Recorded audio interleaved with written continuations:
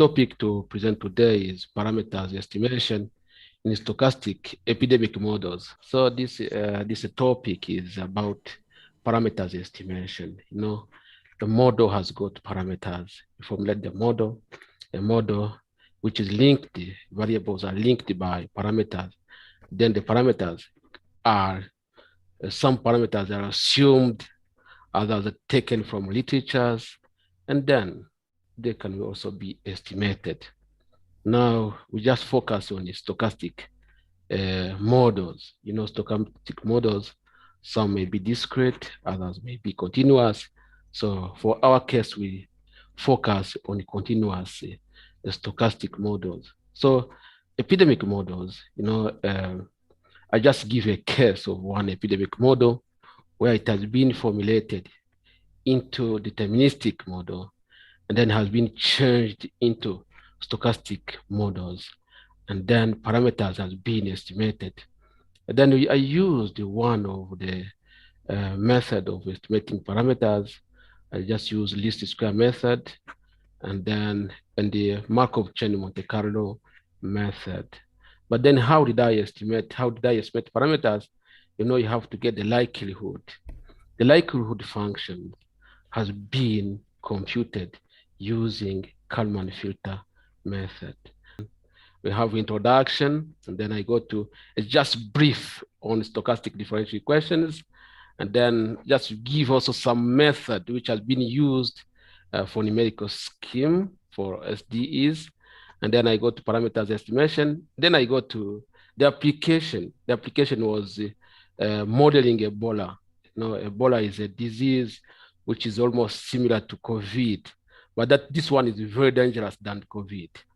And then I just modeled the Ebola model using deterministic, and then I added some bias. Then one way of without bias and another one with bias, and then I compared the solution. Modeling, you know, modeling of physical system by ordinary differential equation is the one which is which when it's used, it ignores the stochastic effect. And then once you include the stochastic inside the ordinary differential equation, now it changes to stochastic differential equation. So a stochastic differential equation is simply an ordinary differential equation plus the stochastic process. So these SDEs play a relevant role in many applications. You know, they are used in different areas like environmental modeling, engineering, epidemiology, biological, even in finance. So just this is a stochastic. You have ODE, and then that with the question one, that is how it can be solved by changing variables, and then by integral form is like that. And then we have also the Wienner process, or the Brownian motion. And then once you add the drift part, so the stochastic differential equation has got two parts. One part is the drift term, and the other one is the fusion of volatility. The other one, which is if the volatility is equal to 0, then you go back to ODE. That is very basic. And then how do you decide the Brownian motion? Just simulation, how it changes. You can run many times and then get that it's a random walk. And the first figure is when n is equal to 100, and the second one is equal to 2000. And so if you go to numerical solutions, there are many solutions. Just I picked some of them by giving the algorithm how they are used. This is for Euler-Maruyama method, the algorithm of solving the SDE using Euler-Maruyama method. You know, also even the ODE, we have Euler method, so it can be extended also to SDE. The same as also the Runge-Kutta method also, you know, it is used in the ODE. It has also been extended to the stochastic differential equation method. These are known. And then this is also Runge-Kutta method, and where you compute also K, N, These are known. Then we go to parameters estimation.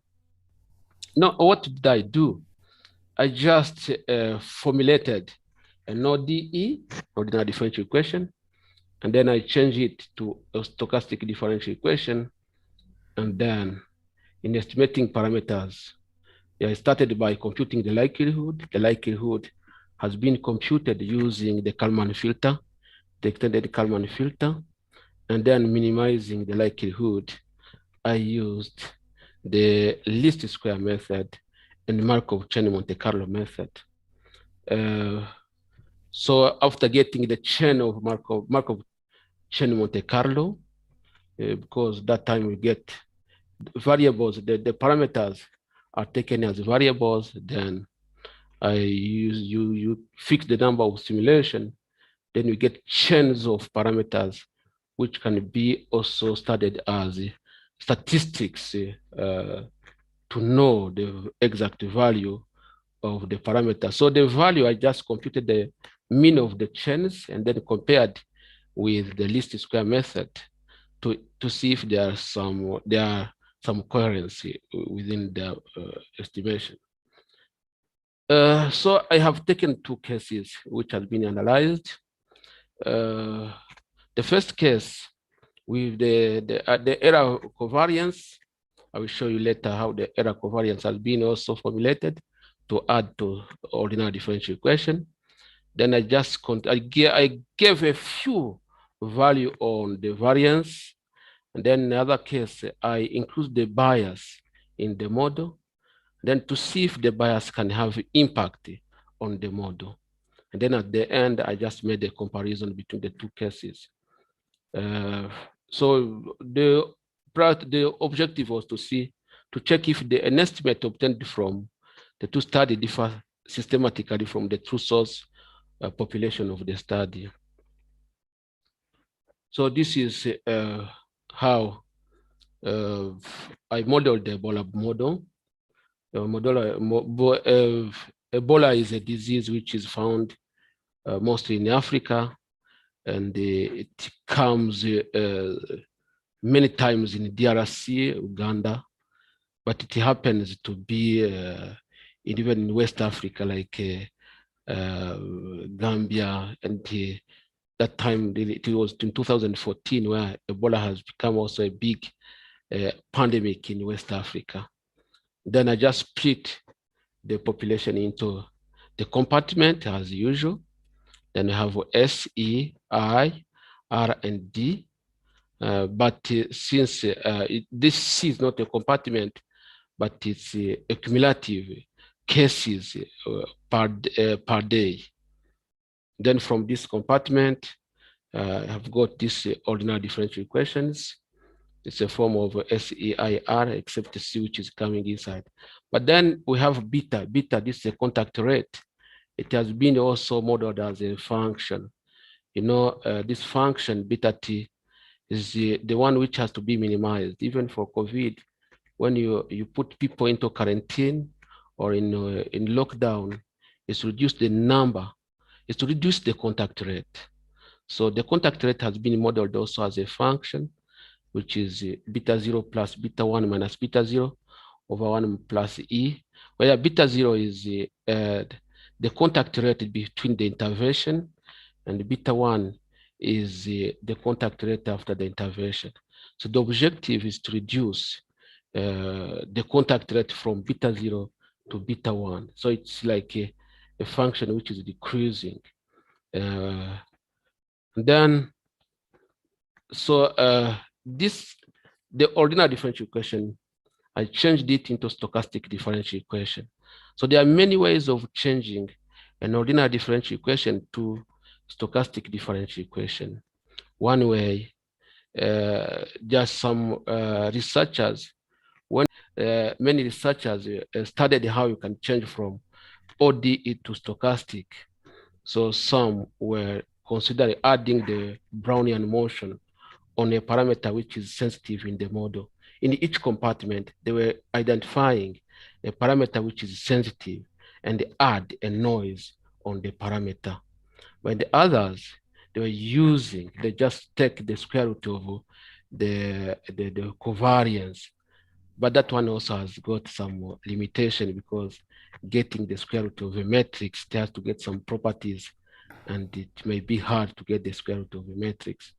And so myself, I just said, why, if I add a noise on each compartment? So each compartment has been, I added a noise on each compartment and see what will happen. So I added on each compartment the drift part, no, the diffusion part on each compartment, on the S, on the E, on the I, on the R, on D, on the C. So I added a diffusion part on each equation. Now, if you just split, there is one part of stochastic. If I write it matrix form, the first part is for ODE, and the other one is the variance for the diffusion part. So the parameters to be estimated, they are beta 0, beta 1, Q, tau, K, gamma, F. But for sigma 1, sigma 2, those covariances, I was just dealing with them. I took one part or one case where they are very small. In another case, I include their value, then to see if they may have an effect on the model. Then if you go to numerical solution, the solution is, as usual, when you are modeling SEIR, S goes down and the I, like it's going up and decreasing again. So these are known for all who are familiar with the epidemic models. And so model noise covariance, I started by model noise covariance is equal to 0. So we introduce the bias into the data and then neglect the model. And so the bias, and then I also, at the second case, I increased the value of the bias, and then to see how the bias can have an effect on the model. And how do I compute the likelihood? I used the extended Kalman filter algorithm. This algorithm has been developed by a researcher called Saka in 2013. So the algorithm is this one. You have two steps. We have a prediction step, and we have also an update step. You know, the beauty of this extended Kalman filter, it helps in state prediction, or it's an assimilation method. It helps to predict the state. It also helps even for parameters estimation. But the use of this extended Kalman filter is to compute the likelihood. So once you get the likelihood, then you can use it in minimizing the likelihood using any method you want. And in this research, I used the least square method and Markov chain Monte Carlo. So the likelihood is this one, rho phi theta, which is the likelihood to be the objective function. And then you used the maximum likelihood, and then the MCMC method for parameters estimation. So the Markov chain Monte Carlo estimated the Ebola model. You know, I used the algorithm of used as the one which is mostly used in Markov chain Monte Carlo is a set of algorithms where you estimate these parameters. And I have taken 1 million simulation to get the chain of parameters. So asking algorithm is very popular in the MCMC method. So just I made a comparison. Just the first one are least square method. You have this beta 0, beta the initial values. So the initial values has been taken from different literature, because there are some previous researchers who did research on Ebola, And then I was taking these initial values from their literature or from even medical newspapers, medical carers who were following the Ebola cases. So then these are the initial values. And then this F, this beta 0 is the contact rate before the intervention, because when Ebola is occurring at a certain place, so they just call for intervention from WHO to get the help from them. So they just came for intervention. At the beginning, this is beta 0, and then after intervention, this one. Then Q is the rate of decreasing from beta 0 to beta 1. And then this is the incubation period, 1 over K is the incubation period, and then the removal rate, so it can be removed from the susceptible at 7 days, but this is incubation days equal 1.5 days having Ebola in your body. Then this is the probability of dying. For Ebola, once you get sick from Ebola, the probability of dying is 82%. So it's really a dangerous disease than COVID. So 82% of people who get Ebola, they die.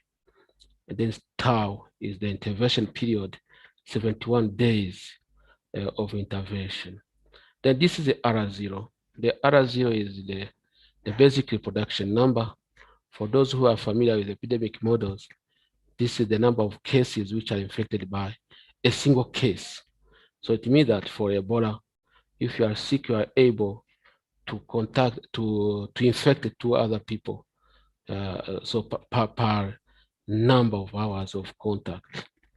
So if one is able to infect 2 other, 2 will infect 4, 4 will infect 8, and so on. So this is a measure of how the disease is severe used in epidemic models. So this is the least square method. The values which has been estimated using this square method, and then extended Kalman filter maximum likelihood method, and then least square MCMC. These are the values, and the other one is the maximum likelihood and the MCMC. So that all the values are really close. They are close. We start estimate are in agreement with the ones found using least square and the maximum likelihood method in the deterministic cases. So these are the numerical solution. We try to fit the model. Once you estimate parameters, one of testing if your model works is to fit your data to the model which you have found. So we have two sets of data. One is the onset data, the cases, and the other one is for death data. So this for the cases, the other one is for death data. And then we just try to fit them so that our model is fitting the data from WHO. Even for the other one, we used the likelihood approach. So if you go to state estimation, as I told you, the extended Kalman filter is used also to even for state estimation. So this one is for the true depth, and the other one is from the extended Kalman filter. So that it works. The extended Kalman filter also works in state estimation compared to the model, to Ebola model. So the basic reproduction number also, you see that it's like a Gaussian function. It is increasing and then decreasing after a certain period. So the mean, as we computed before, the mean is between 2.06 and so on. So since the basic reproduction number is a value, is a function of other parameters. So in the MCMC, the parameters are function. So R also has been identified as a function. So when we plot it, it behaves like this. So R0 is oscillating between 1.56 and 2.61, implying the spread of the Ebola epidemic. So one person can infect 1.5 up to 2.6 people to be infected by a single person who is sick. So just if you want to check the model, the validity of the model, this you plot the trace plot and density plot. Trace plot, if they are stationary, then you say that your model is working somehow. So I just said the parameters are varying, like this B0 is it looks like is stationary. It's stationary around the mean. The one which is having some noise is this gamma. The gamma this is, which is the removal rate. But all others are really stationary. And one can just say that there is a perfect mixing since there is no big movement among the data. Another way also is to plot the density plot to check if the parameters, this MCMC chain, once you plot them, they have to behave like a Gaussian distribution. So if they behave like that, then you say your model is really fitting the data, or it works somehow given the data used to estimate parameters. And another one is it's similar to the previous one. The histogram plot, it have to show that there is a Gaussian. So also check the correlation between parameters. So in MCMC, Markov chain Monte Carlo, when you are studying it, you have not to find the correlation between parameters. So if there is correlation, so the model doesn't work at all. So, but if there is no correlation, then you say your model it's working. So, so high correlation is an indication of poor mixing. And when you see there is not all the parameters are correlated. This is another one with correlation diagram. So they have to decrease. So from 1 to 0 to show that there is a nice mixing about the model. Also the predictive, the MCMC predictive. So to check also the validity of the model, we will just use the variables which are known, because we're using two data. We're using the depth and the onset cases daily, and then you see the gray, the prediction can be done. So then I injected a noise into the model. That one was before with the small values of the noise. So the covariances, for instance, here, I just assumed, it was just assumed, I just assumed the covariance sigma i's, the variance sigma i's to be to 10 power minus 4, and the other one to be, I don't see the value here. The pictures which are hiding me to see the value. And then I just make a comparison. This is where the noise are the bias is very small. And the other side, it's when the noise is very high. And then see the effective noise in the model. Just I made a comparison, by changing the value of sigma. And these are the value of tau. Even R0 also has been estimated to see the. I also made, you see, once there's a big noise, so the fitting is being lost. So at the sigma is 0.1, you see the correlation, no, the fitness of the model is being lost, but the 10 power minus 4, still there is a nice fitting of the model. And still when you add the noise from this side, it's okay for 10 power minus 4, but when you go to 0.1, you see really there is big, there's no stationarity within the data, except for beta 0 where there is where it's a little bit stationary, but for others no.